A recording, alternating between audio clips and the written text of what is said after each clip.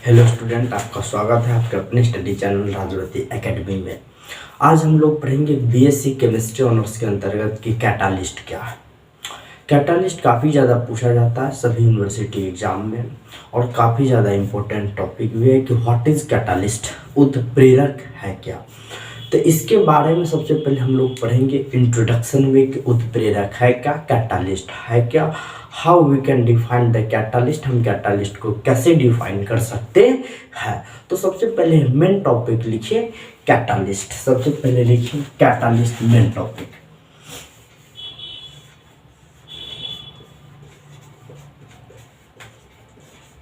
Catalyst, ठीक है, main topic हमारे पास यही है कि कैटालिस्ट क्या है, ठीक, मेन टॉपिक।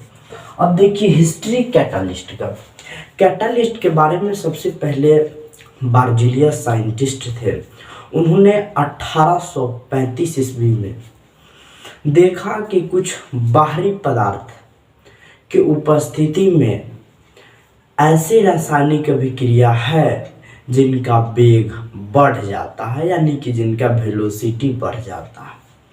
तब उन्होंने उस पदार्थ को कैटालिस्ट कहा। जैसे कि रासायनिक अभिक्रिया तो हम लोग जानते ही हैं, जैसे कि मान लेते हैं हम लोग कि KClO3 पोटासियम क्लोरेट को जब इसको गर्म करते हैं तो 2KCl प्लस 3O2 प्राप्त होता है, यानी कि 2 यहाँ पे यह पोटासियम क्लोरेट है। क्या है? Potassium chlorate, potassium chlorate. अब देखिए इस पोटासियम क्लोरेट को जब हमने क्या किया, ब्रेक करवाया, यहाँ पे हीट करवाया, तो यह क्या 2KCl प्लस 3O2 में क्या किया, टूट गया। अब इसमें एक कैटालिस्ट उपस्थित है जिसका नाम है MnO2, मैग्नीज ऑक्साइड। तो इस मैग्नीज ऑक्साइड की उपस्थिति में क्या हुआ, कैटालिस्ट यह है, मैग्नीज ऑक्साइड है, यानी कि जो भी साइन ऑफ गिब्स के ऊपर जो भी रहता है वह सब क्या आ जाता है, कैटालिस्ट के रूप में आ जाता है। यह सब रासायनिक क्या है, कि रासायनिक समीकरण है, केमिकल इक्वेशन है, केमिकल इक्वेशन है। क्या है? Chemical equation. अब हम लोग 10th क्लास में ही पढ़ गए थे बहुत बच्चे में कि केमिकल इक्वेशन रासायनिक समीकरण के लिखने का नियम, कि how we can written the chemical equation. तो पहले हम लोग पढ़े थे कि reactant is written left side, product is written right side, reactant and the product is separated by the arrow line, यानी उसे तीर चिन्ह द्वारा अलग करते हैं, यह तो पढ़े थे। और उसके बाद में पढ़े थे when the external substance involve in the chemical reaction then they are deposited on the arrow line, यानी कि जब भी कोई बाहरी पदार्थ रासायनिक समीकरण में इन्वॉल्व है रासायनिक अभिक्रिया में, तब they are represented upon the arrow line, यानी एरो लाइन के ऊपर हम लोग लिखते हैं। तो हीट है, टेम्परेचर है, प्रेशर है, यह सब को हम इससे ऊपर लिखते हैं, एरो लाइन से ऊपर। तो यहाँ पे यह MnO2 जो है यह कैटालिस्ट है। तो बार्जिलियस ने क्या देखा, कुछ ऐसे रासायनिक जो पदार्थ है, बाहरी पदार्थ, जिनकी उपस्थिति में रासायनिक अभिक्रिया का दर क्या हो जाता है, बढ़ जाता है, रेट बढ़ जाता है, वेलोसिटी बढ़ जाता है, यानी कि रेट ऑफ रिएक्शन। हम लोग 12th में भी पढ़े थे rate of reaction. Rate of reaction में पढ़े थे कंसंट्रेशन ऑफ प्रोडक्ट बट्टा कंसंट्रेशन ऑफ, यहाँ पे देखिए कंसंट्रेशन के नीचे में लिख सकते हैं रिएक्टेंट बट्टा dt, यानी कि D रिएक्टेंट बट्टा dt और D कंसंट्रेशन ऑफ प्रोडक्ट बट्टा dt। और वहाँ पे पढ़ते रिएक्टेंट घटता है तो निगेटिव, प्रोडक्ट बढ़ता है तो पॉजिटिव, लिखे थे कि नहीं। तो रेट ऑफ रिएक्शन पढ़े थे, what is called rate of reaction, the change in concentration of reactant and product with respect to time taken, then it is called the rate of reaction. तो उसको रासायनिक अभिक्रिया का दर कहते हैं। तो यही रासायनिक rate of reaction concentration of reactant बट्टा टाइम के सापेक्ष में कंसंट्रेशन ऑफ रिएक्टेंट और टाइम के सापेक्ष में कंसंट्रेशन ऑफ प्रोडक्ट। तो इसी रेट ऑफ रिएक्शन रासायनिक अभिक्रिया के दर के बारे में बर्जिलियस ने बताया। यही बर्जिलियस था। इन्होंने 1835 ईस्वी में देखा कि कुछ बाहरी पदार्थ की उपस्थिति में रासायनिक अभिक्रिया का वेग यानी कि रेट ऑफ रिएक्शन बढ़ जाता है, इंक्रीज कर जाता है। तो वही बाहरी पदार्थ क्या कहलाता है? कैटालिस्ट कहलाता है। कैटालिस्ट कहलाता है। क्या कहा बर्जिलियस ने कि कभी कभी बाहरी पदार्थ की उपस्थिति के कारण रासायनिक अभिक्रिया का वेग यानी कि रेट ऑफ रिएक्शन, रासायनिक अभिक्रिया का दर बढ़ जाता है यानी कि इंक्रीज कर जाता है। किसकी उपस्थिति में? तो बाहरी पदार्थ यानी कि एक्सटर्नल, बाहरी पदार्थ की उपस्थिति में। इसको लिख सकते हैं एक्सटर्नल सबस्टेंस, एक्सटर्नल सबस्टेंस लिख सकते हैं कि नहीं? बिल्कुल लिख सकते हैं। यानी कि बाहरी पदार्थ की उपस्थिति में कुछ रासायनिक अभिक्रिया का रेट ऑफ रिएक्शन यानी कि दर बढ़ जाता है। तो वही बाहरी जो पदार्थ है वह क्या कहलाता है? कैटालिस्ट कहलाता है। क्या कहलाता है? तो वह बाहरी पदार्थ कैटालिस्ट कहलाता है। यह बर्जिलियस, लेकिन कुछ समय बाद यह परीक्षित किया गया कि बाहरी पदार्थ की उपस्थिति में कुछ रासायनिक अभिक्रिया का रेट यानी कि दर घट भी जाता है, घट भी जाता है। तब जाकर ऑसवाल्ड ने एक डिफिनीशन बनाया, एक सिद्धांत उन्होंने भी क्या किया? ऑसवाल्ड ने प्रपोज किया कि the substance which changing the rate of reaction but remain unchanged eight the end of reaction. यानी कि एक वैसा रासायनिक पदार्थ जो रासायनिक अभिक्रिया के वेग में परिवर्तन कर देता है, रेट में परिवर्तन करता है, लेकिन अपने आप में अपरिवर्तित रहता है यानी कि स्वतः अपरिवर्तित रहता है। तो इस प्रकार के पदार्थ को कैटालिस्ट कहते हैं और यह घटना कैटालिसिस कहलाता है। तो सबसे पहले हम लोग एक एक करके क्या करेंगे? जानेंगे। यह सब तो जानते हैं, rate of reaction, chemical equation. तो सबसे पहले बर्जिलियस के सिद्धांत को जानिए। इंट्रोडक्शन तो समझ ली। अब देखिए यहाँ पर इसको भी अभी तत्काल क्या कैसे मिटा दीजिए। अब देखिए कैटालिस्ट के इतिहास के सबसे पहले हम लोग समझेंगे और तभी इसके बारे में हम लोग जान पाएंगे। अब देखिए बर्जिलियस का क्या विचारधारा था। बर्जिलियस का कहना था कि एक वैसा बाहरी पदार्थ जिसकी उपस्थिति के कारण रासायनिक अभिक्रिया का दर बढ़ जाता है तो उस बाहरी पदार्थ को हम कहते हैं कैटालिस्ट। तो उस बाहरी पदार्थ को कैटालिस्ट कौन कहा? तो यह बर्जिलियस ने कहा। बाहरी पदार्थ कैटालिस्ट कहलाएंगे external substance, external substance, external substance को, ठीक, एक्सटर्नल सबस्टेंस को क्या कहा? कैटालिस्ट कहा। अब यहाँ पे देखिए कि KClO3 जब इसको MnO2, यह एक प्रकार का कैटालिस्ट है और यहाँ पे 2KCl+3O2 में डिकम्पोज हो रहा है। तो यह जो MnO2 है, तो यहाँ पे समझिए MnO2 को, और दो रिएक्शन इसका हम बता रहे हैं। इस दूसरा रिएक्शन देखिए KClO3, इसको हम 380 डिग्री सेल्सियस पर गर्म भी करेंगे और इसको भी 380 डिग्री तक, 2KCl+3O2। अब यहाँ पे देखिए सबसे पहले देखा गया कि जब पोटासियम क्लोरेट, 2KCl को पोटासियम क्लोरेट, इस पोटासियम क्लोर को अकेला 380 डिग्री सेल्सियस पर गर्म किया गया था तो कम मात्रा में ऑक्सीजन प्राप्त हुआ था, कि बहुत कम मात्रा में, लिस्ट अमाउंट में। लेकिन जब बाहरी पदार्थ MnO2 मैग्नीज को क्या किया गया? लिया गया मैग्नीज को, तो काफी ज्यादा मात्रा में इस ऑक्सीजन की क्या हुई? हमें प्राप्ति हुई। यानी कि रेट ऑफ रिएक्शन बढ़ गया। यहाँ पे रासायनिक अभिक्रिया का दर क्या कर गया? बढ़ गया। अरे तेजी से होगा तब तो बहुत ज्यादा प्राप्त होगा, बहुत तेजी से यहाँ पे रिएक्शन हुआ। जब इसे अकेला हम गर्म करते थे तो कम मात्रा में ऑक्सीजन प्राप्त होता था, लेकिन जब तेजी से गर्म किया यानी कि MnO2 कैटालिस्ट की उपस्थिति में गर्म किया उतना ही डिग्री सेल्सियस पर, तो काफी ज्यादा मात्रा में क्या हुआ? ऑक्सीजन प्राप्त हुआ। तो यह जो बाहरी पदार्थ उपस्थित है यही क्या है? कैटालिस्ट है। यह MnO2 कैटालिस्ट है। तब तो समझ गए होइएगा कि जो भी बाहरी पदार्थ उपस्थिति है और रासायनिक अभिक्रिया के वेग को बढ़ाता है वह कैटालिस्ट कहलाता है बर्जीलियस के अनुसार।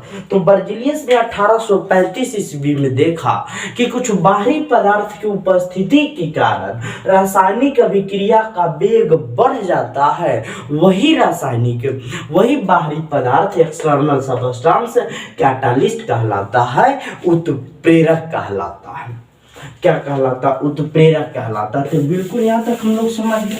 लेकिन बाद में चलकर यह देखा गया कि कुछ बाहरी पदार्थ की उपस्थिति के कारण एक्सटर्नल सबस्टेंस के रासायनिक अभिक्रिया का जो दर होता है, वेग होता है, घट भी जाता है। तो ये बहुत ज़्यादा कंफ्यूजन हो गया कि भाई अगर बढ़ा रहा है तो कैटालिस्ट है, एक्सटर्नल सबस्टेंस कैटालिस्ट, और घटा रहा है तब क्या होगा? तब जाकर बाद में चलकर उसे भी कैटालिस्ट ही कहा और तब एक क्लियर डिफिनीशन आया कि एक वैसा बाहरी पदार्थ जिसकी उपस्थिति के कारण रासायनिक अभिक्रिया के वेग में परिवर्तन होता है लेकिन स्वतः वह बाहरी पदार्थ अपरिवर्तित रहता है, तो इस प्रकार के बाहरी पदार्थ को उत्प्रेरक कहते हैं। तो अब देखिए कौन ऐसा कैटालिस्ट है जो रासायनिक अभिक्रिया के वेग को घटा रहा है, ठीक है, घटा रहा है। अब देखिए वैसा पदार्थ को हम लेंगे जो रासायनिक अभिक्रिया के वेग को घटा रहा है। जैसे कि यहाँ पे देखिए जो घटाने वाले सबस्टेंस है उसकी चर्चा हम लोग क्या कर रहे हैं अभी, ठीक है। घटाने वाले जो सबस्टेंस है उसकी चर्चा हम लोग क्या कर रहे हैं। अब देखिए CHCl3 यह क्लोरोफॉर्म है और जब भी इसको ऑक्सीजन की उपस्थिति, यहाँ पे देखिए ऑक्सीजन के साथ जब इसको हम क्या कर रहे हैं, ऑक्सीडाइज करा रहे हैं, ऑक्सीकृत करा रहे हैं, तो COCl2 प्लस Cl में क्या कर गया, यह टूट गया। HCl में क्या कर गया, यह टूट गया। COCl2 HCl, इसको कहते हैं फॉस्जीन। इसको क्या कहते हैं, फॉस्जीन। यह काफी पॉइजन सबस्टेंस है, यानी कि विषैला पदार्थ है, ठीक है। काफी क्या है, विषैला पदार्थ है फॉस्जीन। तो जब इसको क्या कहते हैं, क्लोरोफॉर्म। जब क्लोरोफॉर्म को ऑक्सीजन के साथ ऑक्सीकृत करवाया गया और यहाँ पे सनलाइट उपस्थित है, सनलाइट HNO, ठीक है, इसको HNO कहते हैं, ठीक है, HNO। तो यह काफी तेजी से यह रिएक्शन संभव हो पाता है और यह फॉस्जीन एक विषैला पदार्थ में कन्वर्ट हो जाता है, परिवर्तित हो जाता है। लेकिन जब कुछ मात्रा में अल्कोहल, इसमें जब ये अल्कोहल की मात्रा मिलाई जाती है,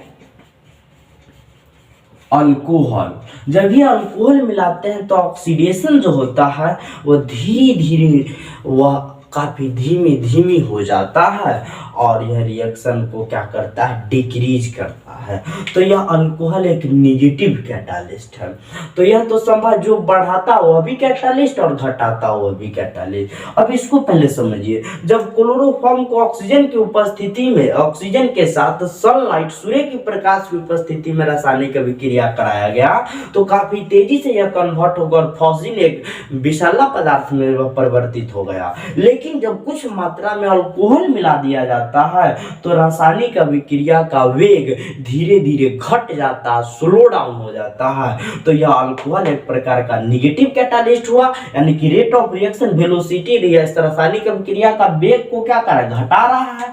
तो यह अल्कोहल क्या हो गया, निगेटिव कैटालिस्ट आ गया, निगेटिव कैटालिस्ट, ठीक है, निगेटिव। इससे अब तो संभव हो गया और यह क्लियर भी हो गया कि वैसा पदार्थ जो रासायनिक अभिक्रिया के वेग को बढ़ाता भी है और घटाता भी है, तो उसे रासायनिक पदार्थ को हम क्या कहते हैं, कैटालिस्ट। तो बाद में चलकर इस कैटालिस्ट का डिफिनेशन हम लोग पूरी तरह जान गए। फर्स्ट बार में बर्जीलियस का कंसेप्ट पढ़ेंगे कि Berzelius in 1835 observe that the most of the chemical reaction with the speed and the velocity increase in the presence of external substance, that external substance is known as the catalyst and this process is known as the catalysis. But after after some time it was found that in some case the some chemical reaction of the velocity is decreased in the presence of external substance.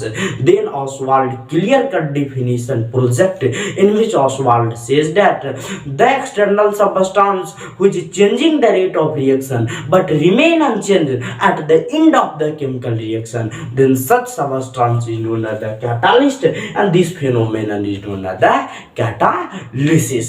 तो बिल्कुल हम लोग clear हो गए। अब definition पर हम लोग चलते हैं। ठीक, अब देखिए कैटालिस्ट का डिफिनीशन क्या आ जाएगा। ठीक है,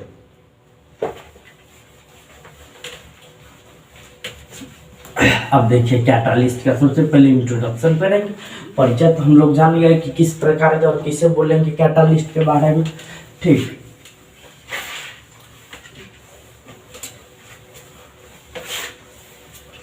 अब देखिए सबसे पहले कैटालिस्ट का introduction.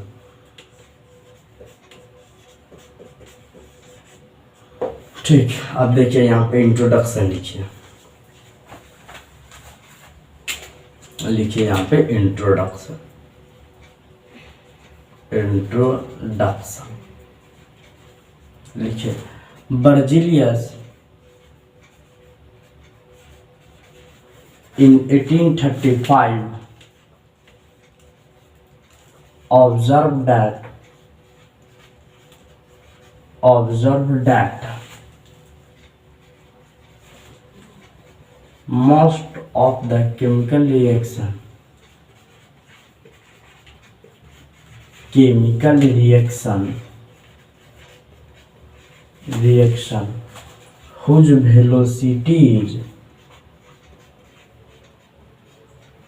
whose velocity is increased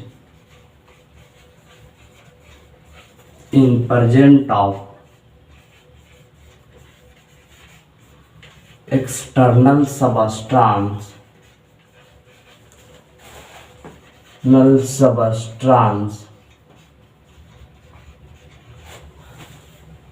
and they remain unchanged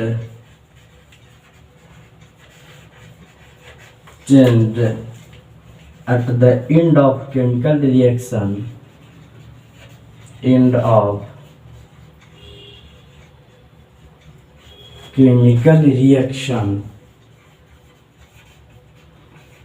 Then such type of substance is known as catalyst.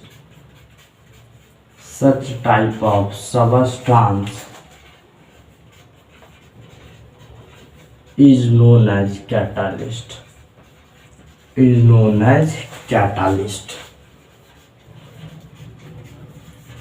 And this process is known as catalysis. And this process is known as catalysis. अब देखिए, but after some time, इसी में लिख दीजिए paragraph change करके, but लेकिन after some time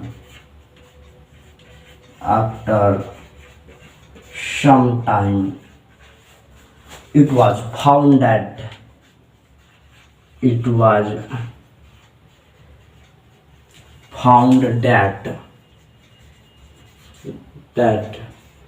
some chemical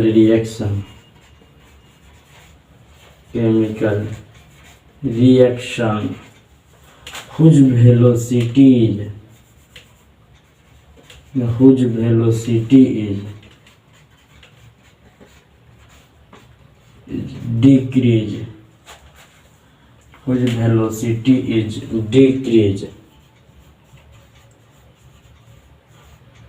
in presence of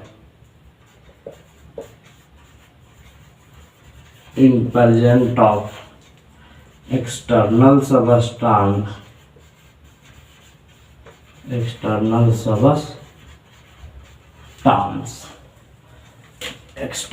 substance, ठीक है। अब देखिए यहाँ पे जो भी कंफ्यूजन है बोलिए। अब क्या कहा, बार्जिलियस इन 1835 1835 ईस्वी में ऑब्जर्व मतलब प्रेक्षित किया, यानी कि ऑब्जर्व डाटा प्रेक्षित किया कि मोस्ट ऑफ केमिकल रिएक्शन, यानी कि अत्यधिक रासायनिक अभिक्रिया के रासायनिक अभिक्रिया का हुज वेलोसिटी जिनके वेग इज इंक्रीज बढ़ जाता है in the present of external substance, यानी कि कुछ ऐसी भी रासायनिक अभिक्रिया है जिनका वेलोसिटी वेग बढ़ जाता है बाहरी पदार्थ की उपस्थिति के एक्सटर्नल सबस्टेंस के, एंड और दे रिमेन अनचेंज्ड, और वह एक्सटर्नल सबस्टेंस अपरिवर्तित रहता eight the end of chemical reaction, रासायनिक अभिक्रिया के अंत तक वह पदार्थ एक्सटर्नल सबस्टेंस अपरिवर्तित रहता है। देन तब सच टाइप ऑफ सबस्टेंस,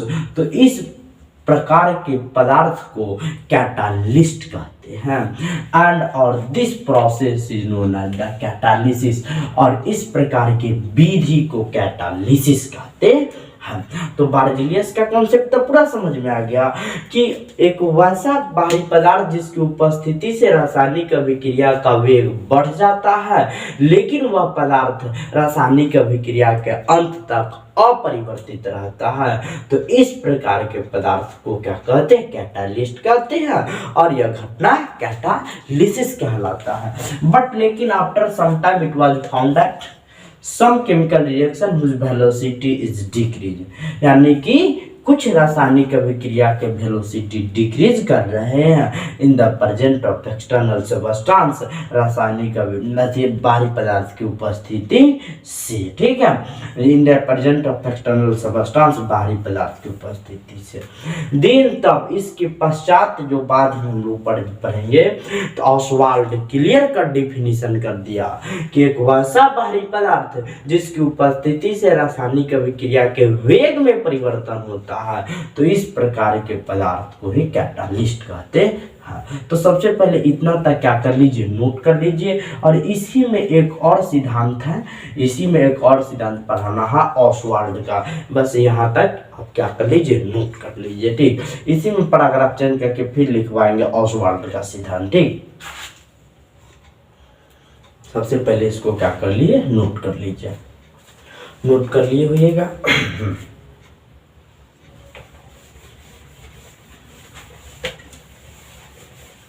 अब देखिए,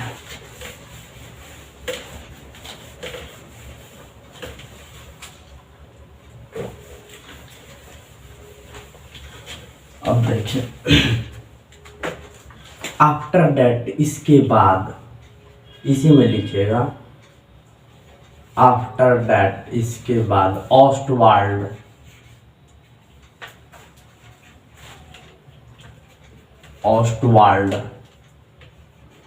proposed that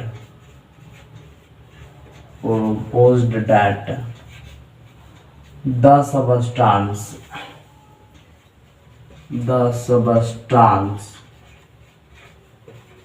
which change the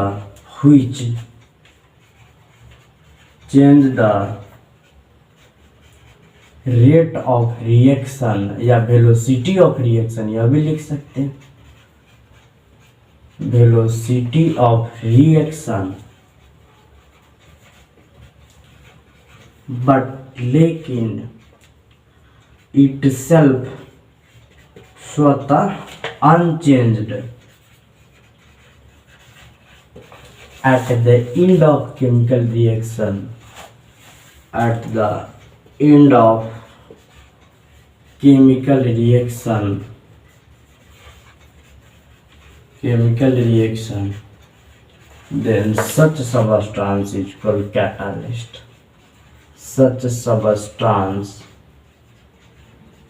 is called catalyst.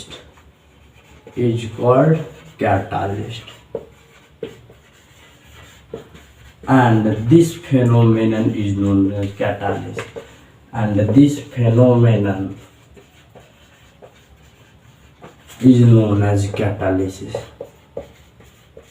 Is known as catalysis. Catalysis, और इस घटना को कैटालिसिस कहते हैं।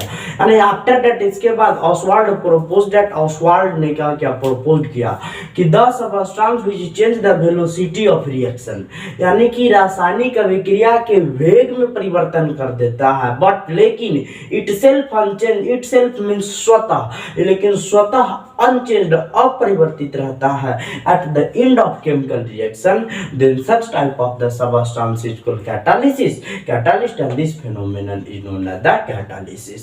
यानी कि अब तो बिल्कुल हम लोग समझ गए कैटालिस्ट क्या और कैटालिसिस, यानी कि एक वैसा पदार्थ है जिसकी उपस्थिति से रासायनिक अभिक्रिया के वेग में परिवर्तन आता है, change of velocity of reaction, लेकिन वह पदार्थ पूरे रासायनिक अभिक्रिया के समाप्त होने तक अपरिवर्तित रहता है।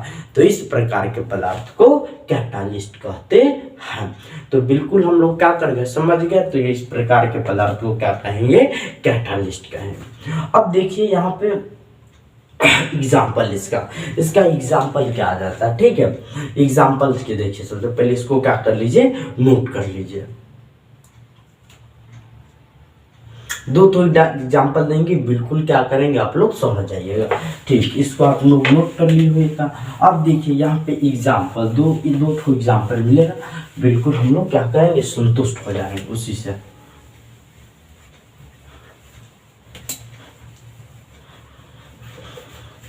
अब देखिए पहला एग्जाम्पल देखिए, dissociation of potassium chlorate, potassium chlorate,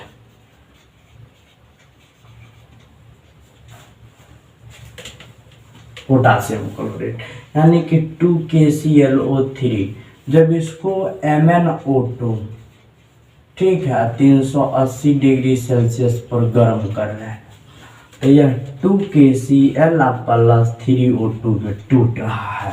तो यहाँ पे लिखेगा व्हेन, जब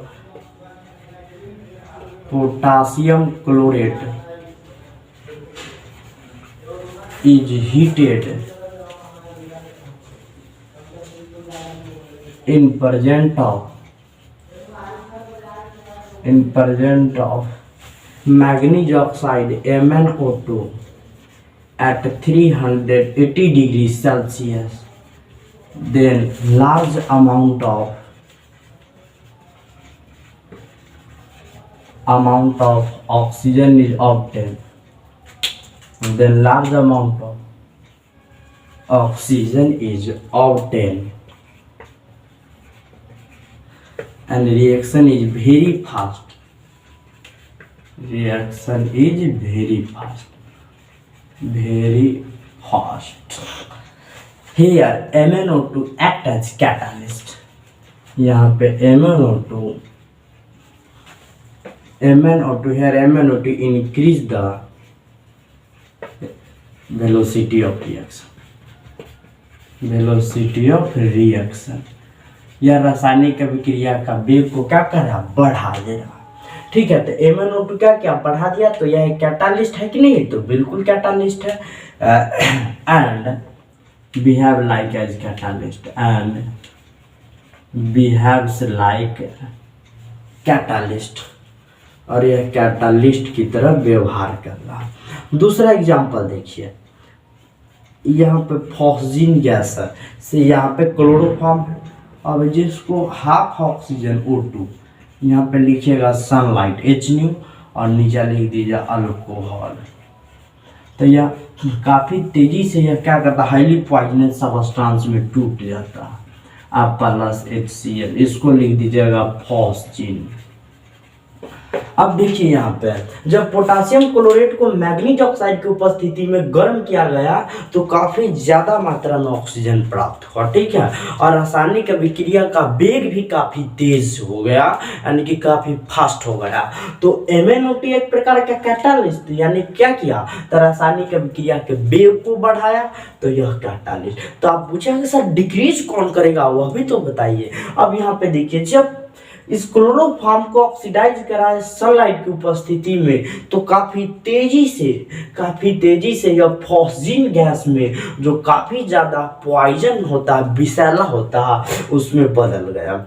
लेकिन इसमें जब थोड़ी मात्रा में अल्कोहल को मिला दिए तो रिएक्शन धीरे धीरे धीरे काफी लो होता गया, इसका वेलोसिटी काफी कम होता गया।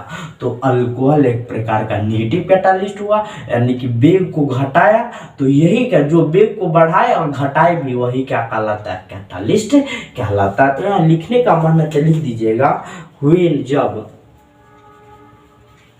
इसको लिखते हैं chloroform is oxidised in present of oxidized in present of sunlight, then it is converted into highly poisonous substance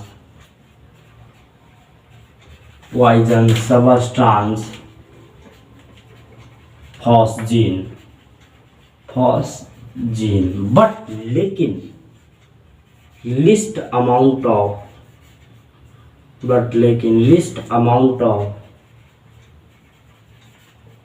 oxygen is mixed, alcohol is mixed। यहाँ नीचे से अल्कोहल ना मिला है तो alcohol is mixed, then reaction is slow down। reaction क्या होता है, slow down। here alcohol is behave like catalyst, here alcohol is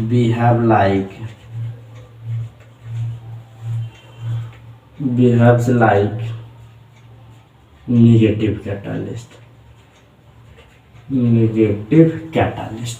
ठीक है, नेगेटिव कैटालिस्ट।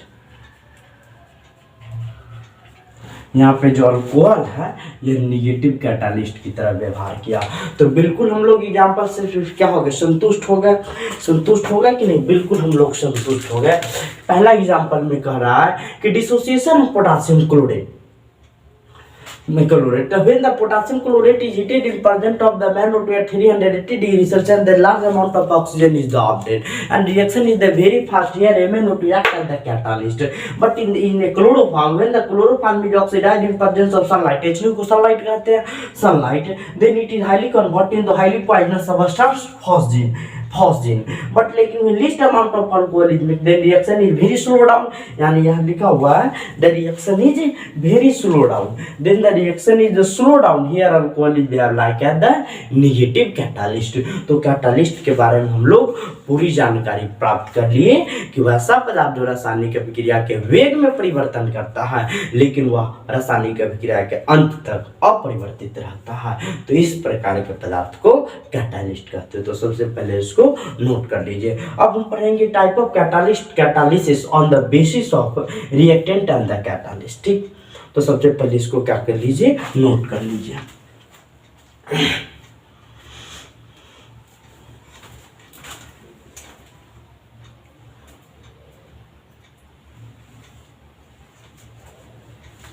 नोट कर लीजिएगा, ठीक। अब लिखिए,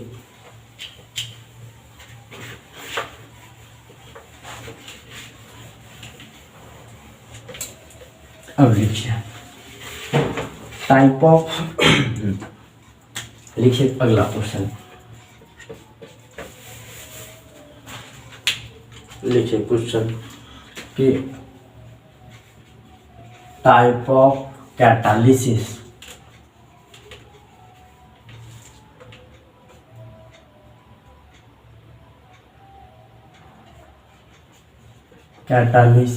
on the basis of physical state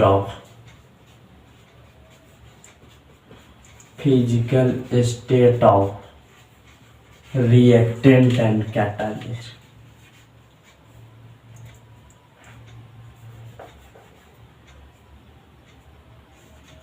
reactant and catalyst.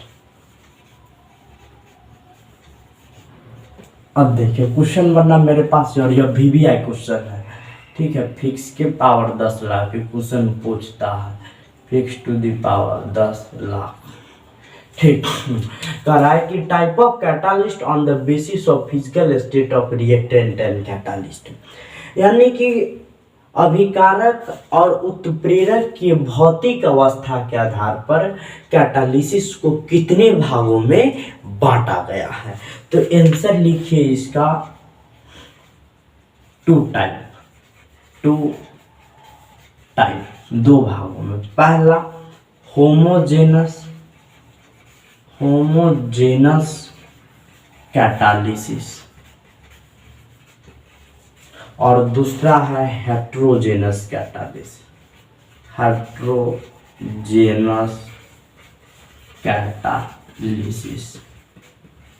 पहला क्या है, होमोजेनस कैटालिसिस और दूसरा हेट्रोजेनस। इसको लिख लीजिएगा समांगी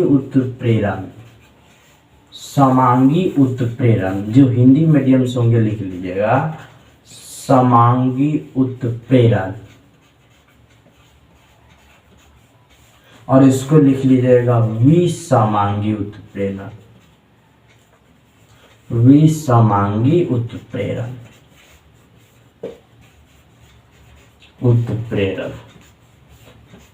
ठीक है। एक समांगी और दूसरा विसमांगी। तो पहला लिख के डैश दीजिए होमोजेनस। सबसे पहले इसको नोट ही कर लीजिए कि type of catalysis on the basis of physical state of reactant and catalyst, यानी कि अभिकारक और उत्प्रेरक के भौतिक अवस्था के आधार पर कैटालिसिस को कितने भागों में बांटा गया। तो 2, पहला होमोजेनस कैटालिसिस और दूसरा हेट्रोजेनस कैटालिसिस। तो हम लिखाएंगे होमोजेनस के बारे में। तो सबसे पहले लिख लीजिए, इसको क्या कर लीजिए, नोट कर लीजिएगा। होमोजेनस लिख के डैश भी दे दीजिएगा, ठीक। अब देखिए होमोजेनस लिख के डैश दीजिए, होमोजेनस कैटालिसिस लिख के डैश दीजिए, ठीक। लिखिए होमोजेनस कैटालिसिस, होमोजेनस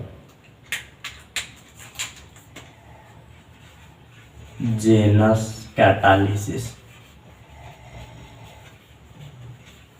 लिखिए।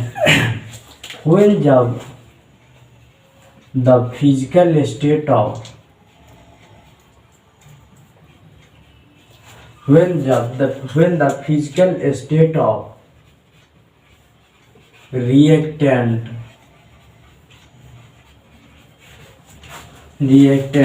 and catalyst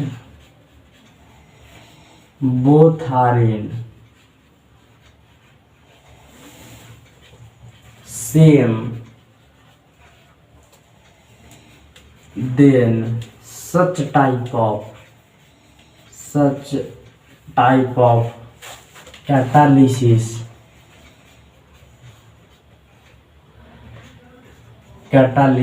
is known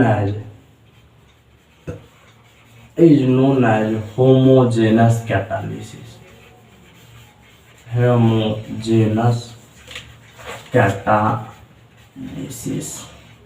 ठीक है। When जब the physical state of the reactant, देखिए when the physical state of reactant and catalyst, यानी कि उत्प्रेरक और अभिकारक दोनों के भौतिक अवस्था जब सेम रहे, क्या रहे, इक्वल रहे, तब इस प्रकार की कैटालिसिस को क्या कहते हैं, होमोजेनस कैटालिसिस कहते हैं। अब देखिए एग्जाम्पल, पहला एग्जाम्पल देखिए, dissociation of potassium chlorate, dissociation of potassium chlorate,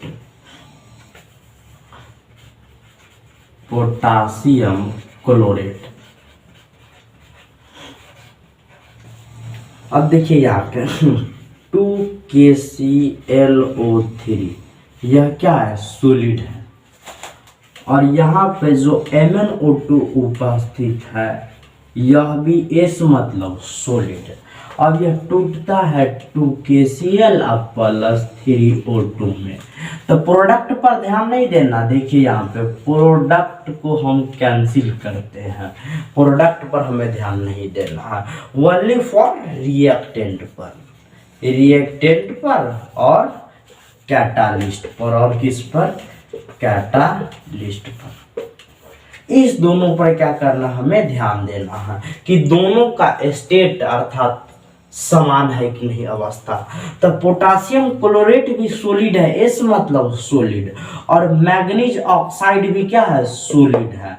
तो क्या यह होमोजेनस कैटालिसिस का एग्जांपल है या नहीं है, आप बताइए। तो बिल्कुल है। Dissociation of potassium chlorate is the homogeneous catalysis. Why, क्यों, अगर क्वेश्चन पूछ दिया इसी से आपको रीजनिंग टाइप, तो लिखेंगे कि dissociation of the potassium chlorate is the homogeneous catalysis because in which the potassium chlorate is the solid act as the reactant and manganese oxide is also solid, they are behave like as the catalyst, therefore they are same phase and the same state, hence they are the homogeneous catalysis। इस प्रकार वो क्या है, homogeneous catalysis है। तो बिल्कुल जान गए, dissociation of potassium chlorate is the homogeneous catalysis. ठीक है, तो इसको हम मिटा देते हैं। तो केवल यहाँ पे भौतिक अवस्था किसका, तो रिएक्टेंट और कैटालिस्ट का ध्यान देना। प्रोडक्ट को भी क्या है, प्रोडक्ट को हमें बात भी ना करनी है। प्रोडक्ट के 380 डिग्री सेल्सियस पर इसको लिख दीजिएगा, इसका मतलब हीट हो गया। ठीक है, दूसरा लिखिए, inversion of cane sugar, inversion of cane sugar, cane sugar यानी कि यहाँ पे देखिए C12H22O11 अब +H2O। अब यहाँ पे देखिए यह दोनों यानी कि यह क्या है, चीनी और पानी का मिश्रण है। सॉल्यूशंस ऑफ द, यहाँ पे लिख दीजिएगा, ये पूरा एक ही है। ठीक है, लिख दीजिएगा सॉल्यूशन ऑफ शुगर, चीनी का मिश्रण है, तो पानी के साथ चीनी का मिश्रण। तो आप देखिए यह जब भी सॉल्यूशन है तो विलयन है, तो जलीय अवस्था में है, तो जलीय अवस्था के लिए हम लोग क्या लिखते हैं, देखिए हम लोग पढ़े होंगे 10th में, जलीय अवस्था के लिए, जलीय अवस्था के लिए AQ अर्थात एक्वस, AQUEOUS एक्वस स्टेट लिखते हैं। तो यहाँ पे सीधा AQ लिखेंगे। एक्वस यानी कि यह क्या है, जलीय अवस्था में। तो बिल्कुल हम लोग क्या करते हैं, इतना तो हम लोग जानते ही है। तो यहाँ पे लिख दीजिएगा सीधा AQ। तो यह रिएक्टेंट, और यहाँ पर जो उपस्थित है कैटालिस्ट के रूप में, देखिए यहाँ पे है डाइल्यूट H2SO4, यह भी एक्वस है। यानी कि दोनों का दोनों एक्वस ही है कि नहीं है, बिल्कुल। और प्रोडक्ट क्या आ रहा है उस पर हमें ध्यान नहीं देना है, प्रोडक्ट क्या आ रहा है उस पर ध्यान नहीं देना। यह ग्लूकोज है और यह फ्रुक्टोज है, फ्रुक्टोज, इस पर ध्यान नहीं, केवल रिएक्टेंट। यानी कि आप देखिए यहाँ पे सॉल्यूशन ऑफ शुगर, यह भी एक्वस स्टेट में और यह भी एक्वस, यानी कि रिएक्टेंट और कैटालिस्ट दोनों का दोनों क्या जलीय अवस्था में है। तो यह होमोजेनस कैटालिस्ट हो गया, कैटालिसिस। तो सबसे पहले इसको नोट कर लीजिए। अब पढ़ेंगे हेट्रोजेनस कैटालिसिस के बारे में। ठीक, नोट कर लिए हुएगा। अब देखिए हेट्रोजेनस कैटालिसिस के बारे में।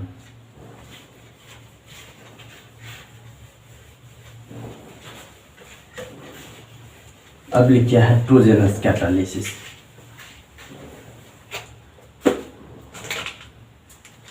लिखिए अब heterogeneous catalysis,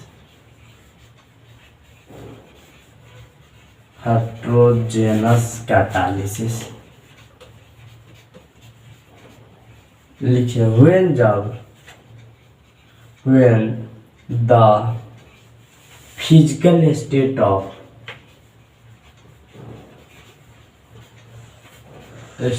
of reactant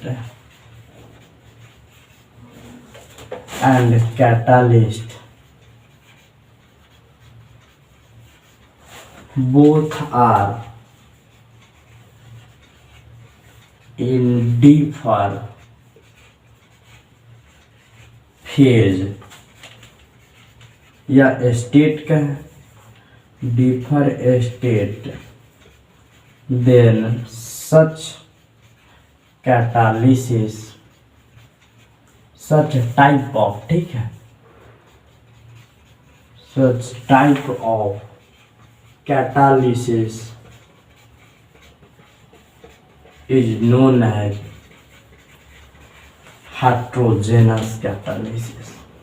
Heterogeneous catalysis क्या कह रहा, when जब the physical state of reactant and catalyst both are in different state, यानी कि जब अभिकारक और उत्प्रेरक दोनों के भौतिक अवस्था अलग अलग रहे तो इस प्रकार के कैटालिसिस को, उत्प्रेरण को हेट्रोजेनस कैटालिसिस कहते हैं। अब एग्जाम्पल देखिए, manufacture of ammonia bye Haber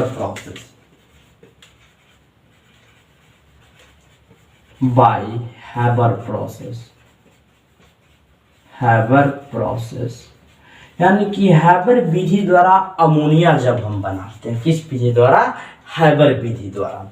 अब यहाँ पे देखिए तो यहाँ पे N2+3H2 यह भी गैस है, ठीक है, यहाँ पे लिख देते हैं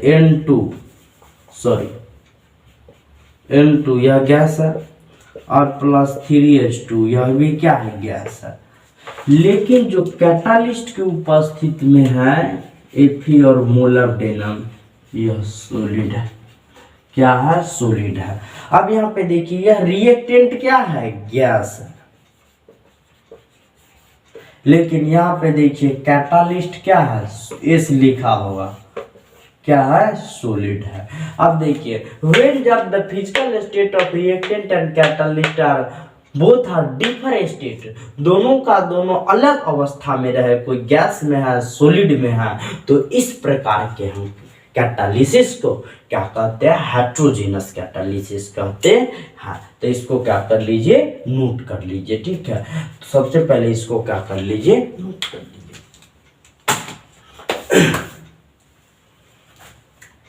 तो बिल्कुल आज का क्लास आप लोग को समझ में आ गया होगा, और कोई भी दिक्कत, थोड़ा भी परेशानी तो ज़रूर आप कमेंट बॉक्स में क्या कीजिएगा, कमेंट कर दीजिएगा कि सर हमें यहाँ तक कन्फ्यूजन हुई। तो आज के लिए इतना ही। All the best. जय हिंद, जय भारत दोस्तों।